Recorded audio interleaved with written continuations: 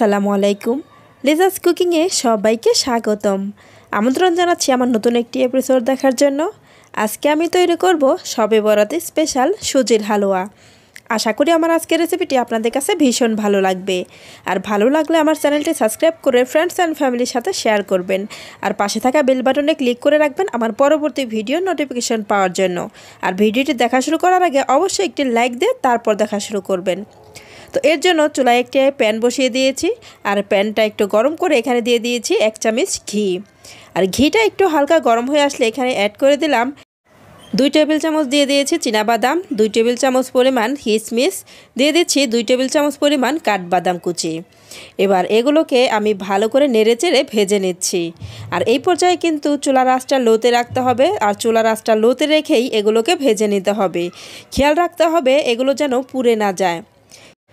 বাদাম এবং কিশমিশের কালারটা যখন ঠিক এরকম হালকা লালচে হয়ে আসবে, ঠিক সেই পর্যায়ে এগুলোকে এই ঘি থেকে তুলে নিচ্ছি।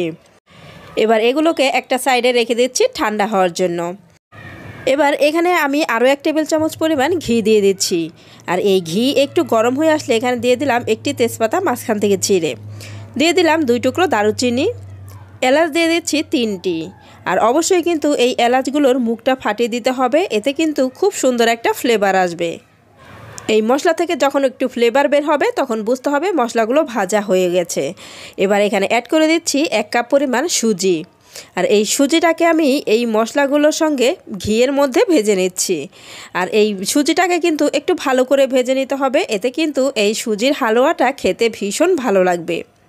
আর এই পর্যায়ে কিন্তু চুলার আঁচটা একদমই লোতে রাখতে হবে। আর চুলার আঁচটা লোতে রেখেই এই সুজিগুলোকে ভেজে নিতে হবে। এবার এখানে অ্যাড করে দিলাম স্বাদ মতো লবণ। আর লবণটা কিন্তু অবশ্যই অ্যাড করে দিতে হবে, যে কোনো মিষ্টি খাবারে লবণটা কিন্তু ভীষণ ভালো লাগে। সুজিটা কিন্তু ভাজা হয়ে গেছে। এবার এখানে অ্যাড করে দিচ্ছি 1/2 কাপ পরিমাণ চিনি।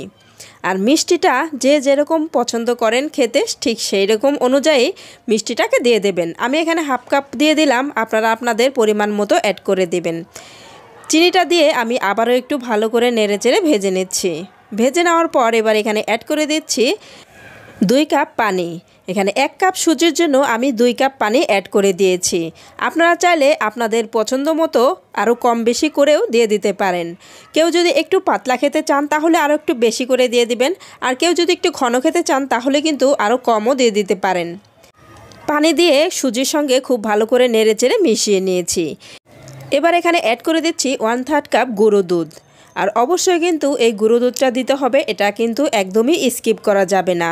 এই গুঁড়ো দুধটা দিলে কিন্তু এর টেস্টটা 1000 গুণ বেড়ে যাবে। গুঁড়ো দুধ দিয়ে খুব ভালো করে নেড়েচেড়ে মিশিয়ে দিতে হবে।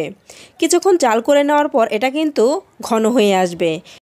ঠিক এরকম ঘন হয়ে আসলে এখানে যে আমরা মশলাগুলো দিয়েছি সেই মশলাগুলোকে তুলে ফেলে দিতে হবে। এই মশলাগুলো হালুয়ার মধ্যে থাকলে পরে কিন্তু খেতে ভালো লাগবে না।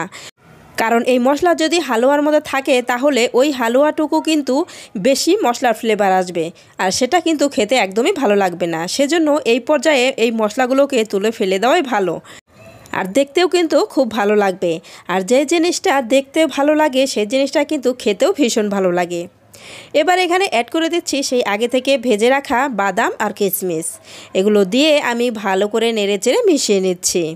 আমার হালুয়াটা কিন্তু প্রায় হয়ে গিয়েছে, তবে আমি আরও একটু জাল করে নিচ্ছি, আমি আরও একটু শক্ত করে নিচ্ছি। আপনারা চাইলে কিন্তু এই পর্যায়ে নামিয়ে সার্ভ করে নিতে পারেন। তো ফ্রেন্ডস, যারা এই পর্যন্ত আমার ভিডিওটি দেখছেন অথচ লাইক দেন নাই, তারা প্লিজ একটি লাইক দিয়ে দেবেন।